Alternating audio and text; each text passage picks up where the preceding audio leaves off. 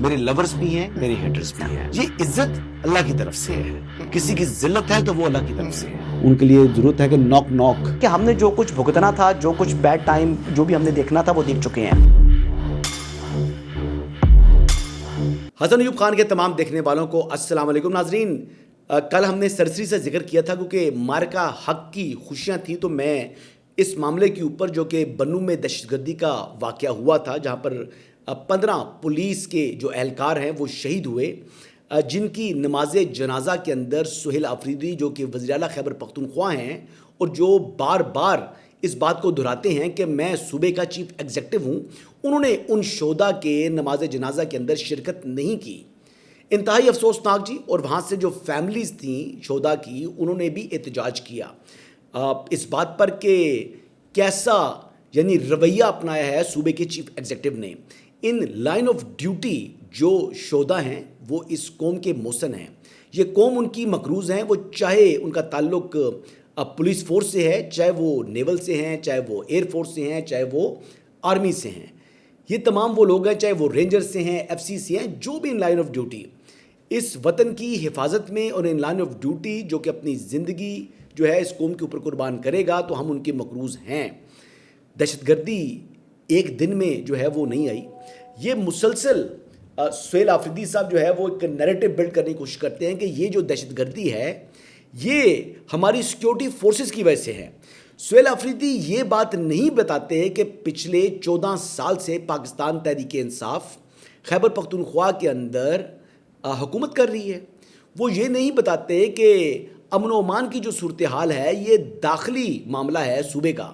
یہ صوبے کے حکمرانوں کی ذمہ داری ہے کہ وہ لا اینڈ آرڈر کی سچویشن کو کنٹرول کریں, وہ دہشت گردی کو کنٹرول کریں, لیکن نہیں, اس پر بھی یہ بلیم شفٹ کریں گے جناب سیکورٹی فورسز کے اوپر. سیکورٹی فورسز کے مورال کو ڈاؤن کرنے کے لیے کبھی جھوٹا بہتان لگاتا ہے, کہتا ہے کہ سیکورٹی فورسز کے لوگ مساجد میں کتے باندھتے ہیں. پھر کہتا ہے جی کہ جو قبائلی مشیران ہیں, یہ قبائلی پارلیمنٹیرینز ہیں, ان کے ساتھ غیر مہذب اور ناروا سلوک جو ہے وہ اپناتے ہیں. یہ وہ باتیں ہیں جو کہ صرف اور صرف جھوٹ پر مبنی ہیں. اور یہ بھی سہیل آفریدی صاحب ریپیٹڈلی کہہ رہے ہیں کہ ان کو بسایا کس نے. جی بسایا ان کو عمران احمد نیازی جو اڈیالہ کا چانسلر ہے اس نے. کہ جو ٹی ٹی پی افغانستان میں چلی گئی تھی اور نمبر ہے ان کا کوئی 30-35 ہزار سے 40 ہزار ٹوٹل تھے, جس میں سے لڑنے والے 5 سے 7 ہزار تھے. یہ ہمیں آئی ایس آئی کی رپورٹس تھیں کہ جب ایک پرو پاکستان حکومت آ گئی اور انہوں نے پھر ٹی ٹی پی کو کہا کہ آپ پاکستان آپ واپس جائیں, تو یہ ٹائم تھا ہمارا اس کا ایک پرامن اس کا سیٹلمنٹ کرتے, کیونکہ افغانستان کی اندر ایک پرو پاکستان حکومت آنے وہ بہت ضرورت تھی اگر ہم نے ان کے ساتھ سیٹلمنٹ کرنی تھی. عمران خان صاحب کا اپنا سٹیٹمنٹ موجود ہے کہ وہ 30 سے 40 ہزار پاکستانی جنہوں نے ریاست مخالف بندوق اٹھائی ہوئی تھی وہ افغانستان کے اندر موجود تھے, تو کیا ہم وہاں پر رہنے دیتے؟ وہ ہم نے ان کو بسانا ہی بسانا تھا. تو یہ تو پبلک سٹیٹمنٹ عمران احمد نیازی کا اپنا دیا ہوا ہے, جس کے اوپر سہیل آفریدی جو ہے وہ اس قسم کی باتیں کر رہے ہیں. لیکن آج این کے پہن کر ہیلی کاپٹر میں بیٹھ کر بنو پہنچ گئے ہیں اور آج جناب جو شہداء ہیں ان کی فیملیز کے ساتھ ملاقات کر رہے ہیں. بھئی تم نے کل کیوں چپ سادھ لی تھی؟ کسی ایک یعنی جنازے کے اندر شریک نہیں ہوا, اور نہ ہی کبھی اس نے شہداء کو جو کہ ان کا احترام ڈیو ہے وہ یہ دیتا ہے. تو یہ اس کی اصلیت ہے, یہ اس کی حقیقت ہے, اور یہی اس کے خمیر کے اندر شامل ہے. جھوٹ بلوا لیں جی ان سے, صبح سے لے کے شام تک جھوٹ بولے گا, عشق عمران کا منجن بیچے گا, اور اس کے علاوہ اس کے پاس کارکردگی اپنی صفر سے نیچے ہے. ہاں یہ جو دہشت گرد ہیں ان کا سہولت کار ہے. کس طریقے سے کہ جن کو 9 مئی کے مقدمات میں عدالتوں نے سزائیں سنائی ہوئی ہیں ان کو یہ پروٹیکٹ کر رہا ہے اپنے صوبے کے اندر. تو جب یہ اس قسم کے کام ہوں گے, ترجیح ان کی یہ ہوگی, تو پھر پولیس کی کیپیسٹی بلڈنگ آپ کر نہیں رہے تو دہشت گردی نہیں بڑھنا ہے نا. بہرحال جی آگے بڑھتے ہیں. پشاور کے حوالے سے ایک اور بات ہے کہ ہمارے ایک بڑے معزز جج صاحب ہیں جو کہ اسلام آباد ہائی کورٹ سے ٹرانسفر ہو کر پہنچ گئے ہیں جی پشاور ہائی کورٹ. وہ آج کل جو ہے وہاں پر خیبر پختونخوا کے اندر جو ہے وہ مقدمات کی سماعت کر رہے ہیں, اور آج وہ چوہوں کا مقدمہ جی انہوں نے سنا ہے. جی جسٹس بابر ستار صاحب جی وہ 2 رکنی بینچ کے اندر شامل تھے.